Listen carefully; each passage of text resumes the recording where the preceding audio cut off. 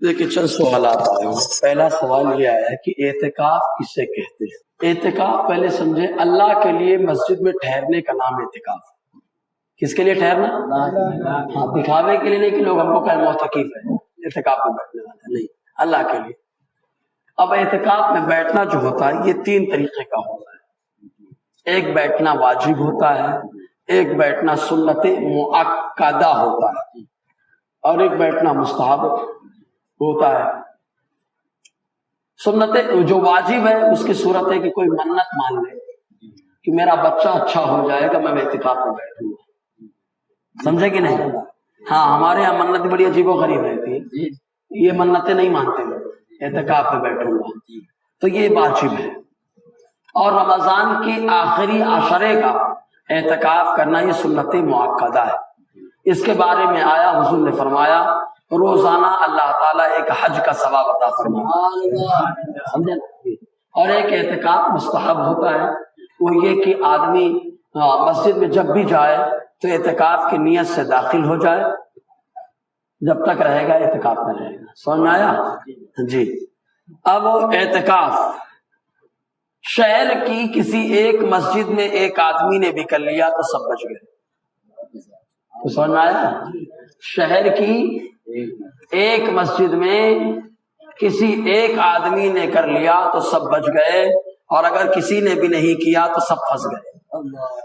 سمجھ میں آیا نا؟ اب تو ماشاءاللہ ہر مسجد میں ایک آدمی تو بیٹھ ہی جاتا ہے، چاہے زبردستی اس کو بٹھایا جائے چاہے وہ بیٹھ جائے خوشی سے، مطلب اللہ کی بارگاہ میں زبردستی بٹھایا جاتا ہے، بے من سے لوگ بیٹھتے ہیں، بڑی حیرانی کی بات ہے۔ جی، اللہ کی بارگاہ میں بھی بیٹھو، آپ بیٹھو، آپ بیٹھ جاؤ، اور کون بیٹھیں گے؟ بزرگ، ریٹائر، جو ریٹائر ان کو ڈالا ہے نا، جوان نہیں بیٹھتے ہیں۔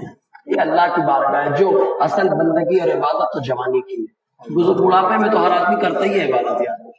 جی، اب اللہ اللہ نہیں کرے گا تو کیا گانے سنے گا؟ اللہ اللہ نہیں کرے گا، گاڑی رکھ کے ٹوپی لگا کے سنیما بہت دیکھنے گیا، اب بڑھاپے میں عبادت نہیں کرے گا تو کیا کرے گا؟ میرا طنز ہے بہت، طنز سمجھنا۔ ہمارے یہاں سنیما میں جاتے ہیں ٹوپی لگا کے جاتے ہیں، ہمارے یہاں سنیما جاتے ہیں تو داڑھی باقاعدہ ہوتی ہے، پیجامہ کرتا پہن کے جاتے ہیں۔ اللہ خیر کرے، اسلام کو بدنام کرنے کا ٹھیکہ لے رکھا ہے۔ جی، اعتکاف کے متعلق کیا کرنا ہے کہ کون سے احکام بتائیں؟ اتنا سمجھیں کہ اعتکاف کی صورت میں آپ خارج مسجد بلا ضرورت نہیں جا سکتے۔ وضو ہے تو دوبارہ بلا وجہ وضو ہے پھر بھی وضو بنانے جائیں گے تو اعتکاف ٹوٹ جائے گا۔ طہارت نہیں لگی ہے، زبردستی جا رہے ہیں کرنے کے لیے تو اعتکاف ٹوٹ جائے گا۔ کسی کو تو اعتکاف میں بیٹھا ہے بیڑی پیتا ہے تو اس کو اگر کنٹرول ہو جائے چھوڑ دے، اچھی بات ہے، 10 دن میں عادت ہی ختم ہو جائے، لیکن کنٹرول نہیں تھا، پیٹ ایک دم غبارہ ہو گیا پھول کے گیس سے، تو فقیہ ملت فرماتے وہ چپل جہاں اتاری جاتی وہاں جائے پیے اور خوب اچھے سے منہ صاف کر کے آئے۔ سمجھ میں آیا؟ عورتیں گھر میں اعتکاف کر سکتی ہیں، بلا شبہ کر سکتی ہیں۔ اس کی صورت یہ ہے کہ گھر میں ایک مسجد بیت بنا لیں، ایک اٹا بنا لے، اٹا اس کو چبوترا اردو میں بولتے ہیں، اٹا بنا لے گھر میں، اس سے مصلی بچھائیں، وہیں نماز پڑھا کرے، وہیں پہ اعتکاف میں بیٹھ جائیں۔ ٹھیک ہے، اور اعتکاف میں بیٹھیں گی تو کچھ پکانا وکانا نہیں ہے، وہاں مصلی میں بیٹھے بیٹھے جو کرنا ہے وہ کر سکتی ہے، لیکن اٹھ کے کچھ جانا آنا نہیں، وہیں بیٹھے۔ کیا نابالغ بچہ اعتکاف کر سکتا ہے؟ مسجد میں گندگی نہ کرے تو نابالغ بھی اعتکاف کر سکتا ہے۔ اعتکاف کے لیے بالغ ہونا شرط نہیں ہے، شرط یہی ہے کہ مسجد کے آداب کا خیال رکھیں۔ جی، کیا ایک روز اعتکاف کرنے سے اعتکاف کا حق ادا ہو جاتا ہے؟ نہیں، واجب تو آپ نے جتنی منت مانی اتنے دن کا رکھنا پڑے گا، اور سنت جو اعتکاف ہے وہ آخری عشرے کا کرنا پڑے گا۔ ہاں، نفل اعتکاف ایک دن کرو، 1 گھنٹہ کرو، 1 منٹ کرو، آپ کے اوپر ہے۔ سمجھ میں آیا؟ اب ایک سوال ہے، بدعت کسے کہتے ہیں؟ میں تو بدعت بتاتے بتاتے تھک چکا ہوں، صحیح بتا رہا ہوں، تو پورا نہیں، مسئلہ کیا ہے، یہ آج تک یہ لوگ نہ سمجھے ہیں اور نہ ہم لوگ ان لوگوں سے حوالے مانگ پاتے ہیں۔ حوالہ مانگنا سیکھو یار، میرا پورا بیان ہے یوٹیوب پہ بدعت کے اوپر، سنیں اس کو، بس اتنا یاد رکھیں کہ اس میں بہت ساری ہیں۔ بدعت کا ایک لغوی معنی ہے اور ایک اصطلاحی معنی ہے۔ لغوی معنی کیا ہے؟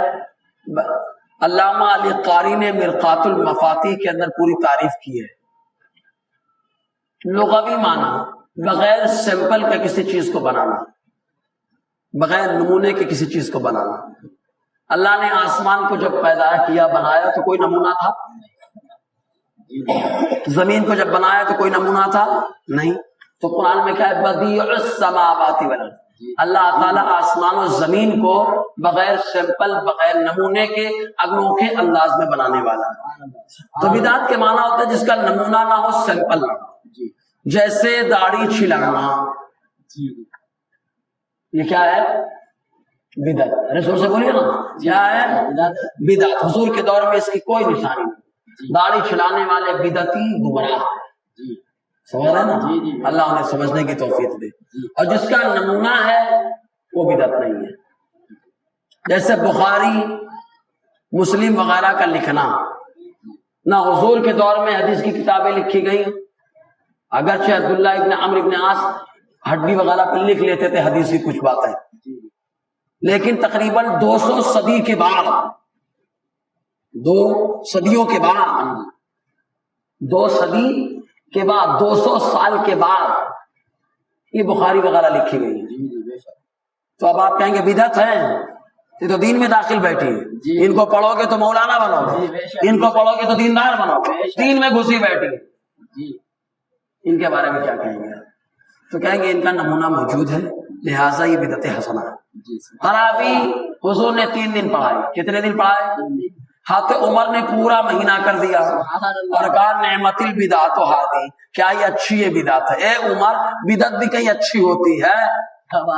اے عمر، بدعت بھی کہیں اچھی ہوتی ہے. تو عمر کہیں گے ان کے ہاں نہیں ہوتی ہوگی. تو میرے غلام ہوں، میں مصطفیٰ کا غلام. تو میرے غلام ہے، مصطفیٰ کا غلام. ہمارے یہاں بدعت حسنہ ہے، ہمارے یہاں بدعت حسنہ ہے. نعمہ فعل مدح ہے، فعل مدح تعریف کا لفظ ہے.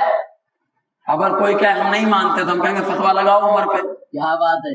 کیا عمر کافر ہے معاذ اللہ؟ کیا عمر مرتد ہے معاذ اللہ؟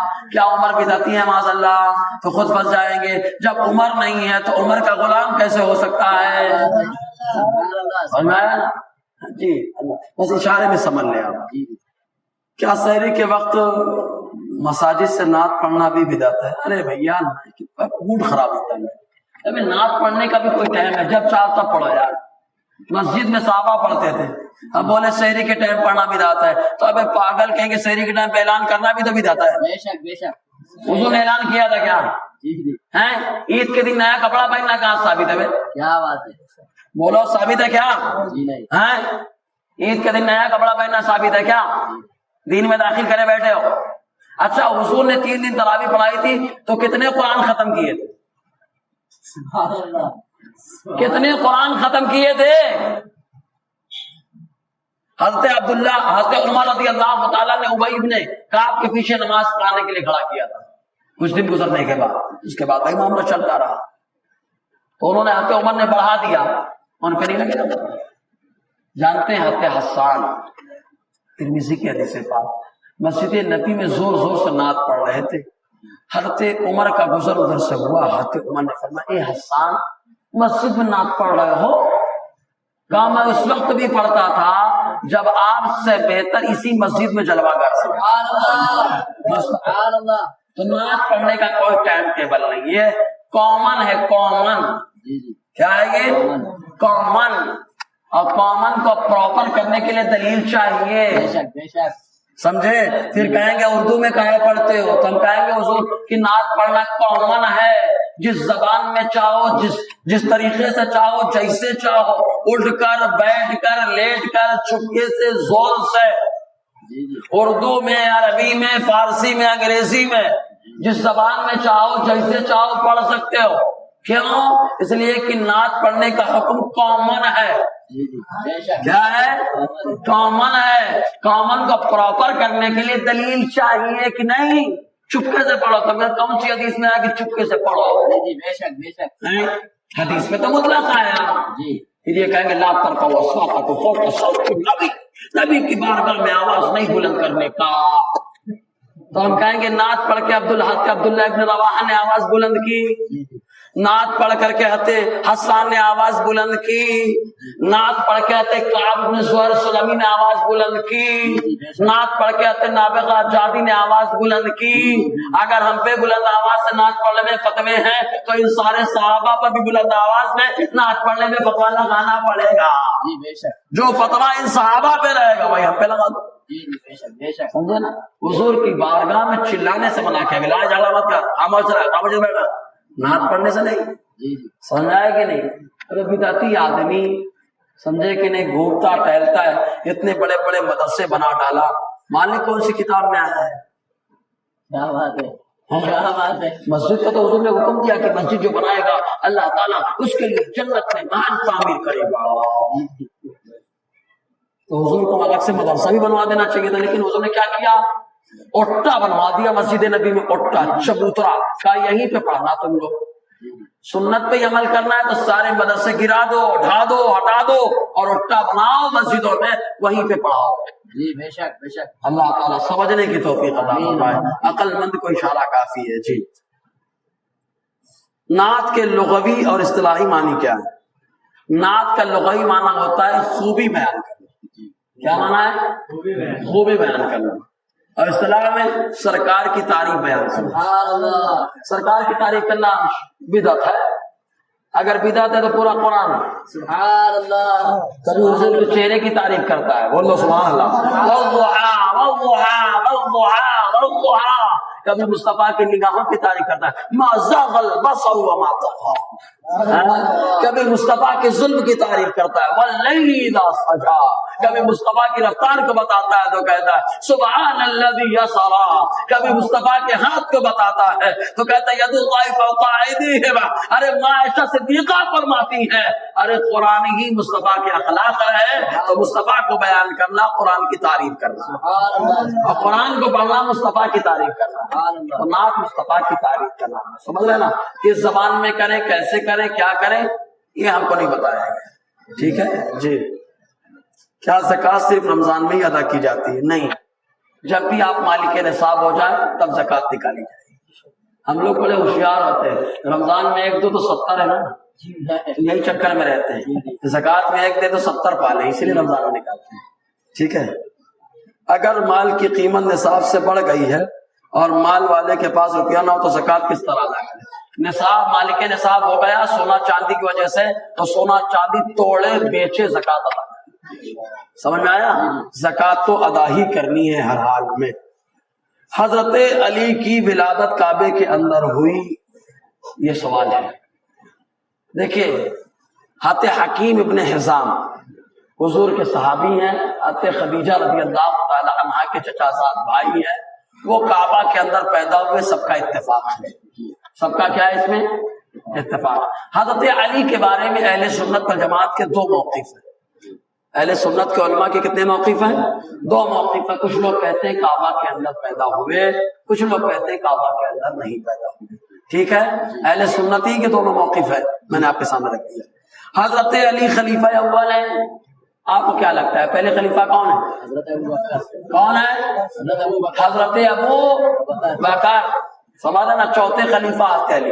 ابھی بتایا میں نے، من کنت مولا کا ترجمہ کرتے کیا؟ مولا مانے خلیفہ، من کنت مولا فعلی مولا، میں جس کا خلیفہ علی اس کے خلیفہ،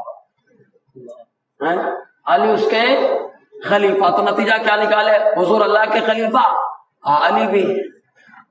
لیکن ہم کہیں گے تو پھنس جائے، تو جب بولتے ہو ابو بکر کا مولا، کیا بولتے ہو؟ ابو بکر کا مولا، ارے بولیے نا، علی علی بولتے کہ نہیں؟ ابو بکر کا مولا علی علی، عمر کا مولا عثمان کا مولا، اور مولا کا ترجمہ خلیفہ۔ مولا کا ترجمہ آپ کیا کرتے ہو؟ خلیفہ، تو کیا مانا ہوگا؟ ابو بکر کا خلیفہ علی علی، فاروق کا خلیفہ علی علی، عثمان کا خلیفہ علی علی۔ جو تم نے ترجمہ کیا وہی پکڑ کے رکھا میں، ورنہ ہم سے آگے پوچھو گے تو اصول حدیث میں مولا کے 2 معنی ہیں، ایک آزاد کرنے والا آقا اور ایک آزاد ہونے والا غلام، اور اس کے علاوہ مولا کا معنی ہوتا ہے مددگار۔ میرے نبی نے یمنیوں سے فرمایا تھا، اے یمنیوں تم لوگ میرے علی سے بغض رکھتے ہو، سنو من کنت مولا فعلی مولا، میں جس کا مددگار میرا علی بھی اس کا مددگار ہے۔ تو مولا کا معنی مددگار ہوتا ہے، ایک اور معنی ہوتا ہے مولا کا معنی پیارا، محبوب، لاڈلا، دلارا۔ آقا نے فرمایا یمنیوں تم بولتے ہو تو مجھ سے محبت کرتے ہو، سنو من کنت مولا فعلی مولا، ارے جو کہتا ہے کہ میں اس کا پیارا ہوں تو جس کا میں پیارا میرا علی بھی اس کا پیارا۔ سمجھ رہے نا جی؟ اب یہ پاگل پنتی کیا ہے؟ خلیفہ اول، خلیفہ اول کون ہے؟ حضرت، زور سے بولے، حضرت ابوبکر صدیق، دوسرے، تیسرے، چوتھے حضرت علی کرم اللہ وجہہ کریم۔ کیا ہنگامہ کر رہے ہیں؟ اور پھر کیا بولیں گے خلیفہ اول حضرت علی کو، اور پھر بولیں گے باغی فدق میں حصہ کائے نہیں دیے ابوبکر۔ ابے پاگل، باغ فدق کا حصہ کائے نہیں دیے تو خلیفہ سے جا کے بات کرنا۔ ابو بکر صدیق تو ہمارے نزدیک خلیفہ ہے نا، تیرے نزدیک تو حضرت علی خلیفہ ہے، جہاں حضرت علی سے مانگ جا کے، حضرت علی سے بول جا کے، تو سمجھ رہے کہ نہیں؟ اچھا حضرت فاطمہ ابو بکر کے پاس گئی مانگنے کے لیے، اس کو سب سمجھا چکا ہوں نا میں، تو جانا اور اس بات کی دلیل ہے کہ حضرت فاطمہ بھی جانتی ہے کہ خلیفہ علی نہیں ہے، خلیفہ اول تو ابو بکر ہی ہے۔ ازواج مطہرات نے بھیجنا چاہا تو حضرت علی کے پاس نہیں بھیجا، حضرت ابو بکر کے پاس بھیجنا چاہتا عثمان غنی کو، کیونکہ انہیں بھی معلوم ہے پہلے خلیفہ علی نہیں ہے، پہلے خلیفہ ابو بکر ہی ہے۔ سمجھ رہے کہ نہیں جی؟ حضرت علی فضیلت میں شیخین سے بھی افضل نہیں، کلی اعتبار سے، مجموعی اعتبار سے سب سے افضل ابو بکر ہے، پھر عمر ہے، پھر عثمان ہے، پھر حضرت علی ہے۔ ہاں جزوی فضیلتیں ہیں کہ جیسے گرامر بنایا، مولانا کورس کا گرامر حضرت علی نے بنایا۔ سبحان اللہ۔ تو جو مولائی ہوتا ہے نا اس کو بولیں گے مولانا بن، مولانا بن، کیوں؟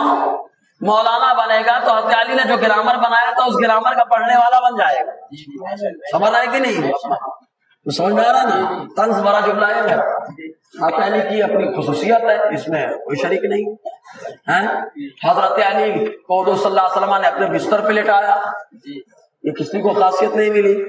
حضور صلی اللہ علیہ وسلم نے حضرت علی کو اپنا بھائی کہا، پرمیشن دیا کسی کو، تو جزوی فضیلتیں اپنی جگہ۔ سمجھ رہے کہ نہیں جی؟ جیسے حضرت خزیمہ اکیلے گواہی دے 2 کے برابر، ابو بکر 2 ہی دیں گے، اکیلے نہیں۔ سمجھ میں آیا؟ جزوی فضیلتیں ہیں۔ حضرت علی سے محبت ایمان کے لیے لازم ہے۔ ارے سارے صحابہ کی محبت ایمان کے لیے لازم ہے۔ صحابہ سے محبت کا مطلب ہی یہ ہے کہ آپ حضور سے محبت کرتے ہو۔ جب صحابہ سے کرو گے تو خلفاء سے بدرجہ اولا کرو گے، حضور کے داماد سے تو بدرجہ اولا کرو گے، حضرت علی جو حضور صلی اللہ علیہ وسلم کے سایہ ہیں ان سے تو بدرجہ اولا کرو گے۔ حضور نے فرمایا اے علی، اور یمنیوں سے فرمایا تھا کیونکہ یمنیوں کے دل میں بغض پیدا ہوا تھا، تو حضور نے فرمایا علی سے محبت کرنے والا ایمان والا ہوگا، علی سے بغض رکھنے والا منافق ہوگا۔ سمجھے نا؟ حضور نے فرمایا کیا حضرت علی کی شان میں غلو کرنے والے کو مسلمان کہا جائے؟ اب غلو کرنے والا کیسا یہ دیکھا جائے، ورنہ حضور نے فرمایا اے علی تمہاری مثال حضرت عیسیٰ علیہ السلام کی طرح کہ عیسیٰ علیہ السلام کے بارے میں 2 گروہ ہلاک ہوئے، ایک نے خدا بنا دیا، بیٹا بنا دیا تو گئے، ایک نے قتل کا ارادہ کیا تو گئے۔ حضرت علی کے بارے میں بھی 2 گئے، ایک نے اتنا بڑھایا کہ نبی بنا دیا، سمجھے کہ نہیں؟ نبی بنا دیا، اتنا بڑھایا کہ نبی بنا دیا، علیہ السلام لگا دیا، سمجھے؟ اور ایک نے اتنا گھٹایا کہ کہہ دیا کہ مشرک ہو گئے، تو دونوں گئے، ایک کو رافضی کہا جائے، ایک کو خارجی کہا جائے۔ اور ہم لوگ حضرت علی کو آقا علیہ السلام کا خلیفہ اور داماد مانے، صحابی مانے، ان کی عظمت کے چرچے کریں، تو ہم لوگ نہ بڑھائیں نہ گھٹائیں، بیچ میں رہیں، تبھی تو سنی کہلاتے۔ اعتدال اسی کو کہا جاتا ہے۔ سمجھ میں آیا جی؟ شیعہ رافضی وغیرہ کو مسلمان کہا جا سکتا ہے نہیں، فالتو ہے سب نہیں کہنے کا، آئے گا مسلمان، سمجھا ہے نا؟ جو گستاخ صحابہ ہے وہ ایمان سے نکلا ہوا ہے، جو گستاخ اولیاء گیا، جو گستاخ آقا ہے سب گئے، سمجھ رہے نا؟